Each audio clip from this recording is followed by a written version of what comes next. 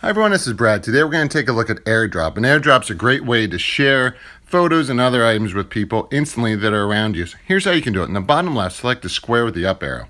Now, if AirDrop has been turned on by the people around you, you'll see the option there. You'll see their picture. In this case, it gives a nice little description about what AirDrop is and how you can access it. So what you'll need to do is this. You'll need to go ahead into your settings, scroll down to General, and under General, the third option down is AirDrop. It's up to you how you want to do it. I'm going to select Everyone for right now. So I'm going to do that on my wife's phone over here. I'm just going to put on Everyone. Now we're going to go back into that photo.